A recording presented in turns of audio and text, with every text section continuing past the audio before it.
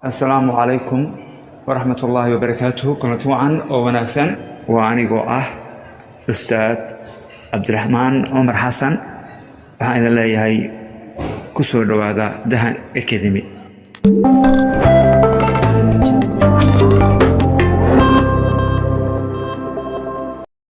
أنا قوة هذه السنة وهي أرنب دعون الله يهفك سوماليا وها أن أريدان طمنك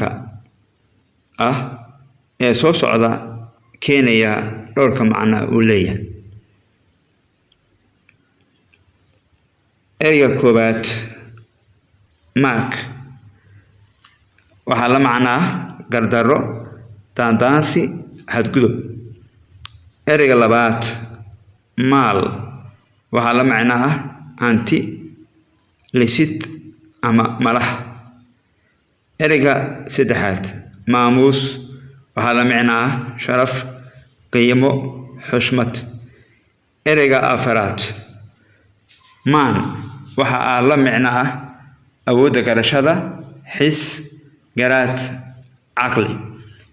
Ereyga shanaad maar waxaa la macnaa macdan, dahab, luul iyo wixii la mid ah. Ereyga lixaad maax waxaa la macnaa biyo soo burqada, durdurasho. Ereyga toddobaad mac waxaa la macnaa dhadhan wanaagsan, dhunkasho ama shumis. Ereyga sideedaad maqal waxaa la macnaa awoodda dhagaha ay wax ku maqlaan ama dhawaqa ama shankar.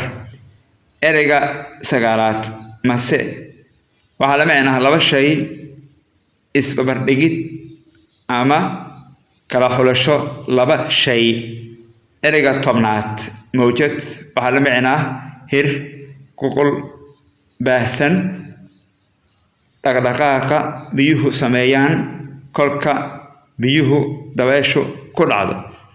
Waa anigoo Ustaad Cabdiraxmaan Cumar Xasan waxaan leeyahay ku soo dhawaada kanaalkii Dahan Academy.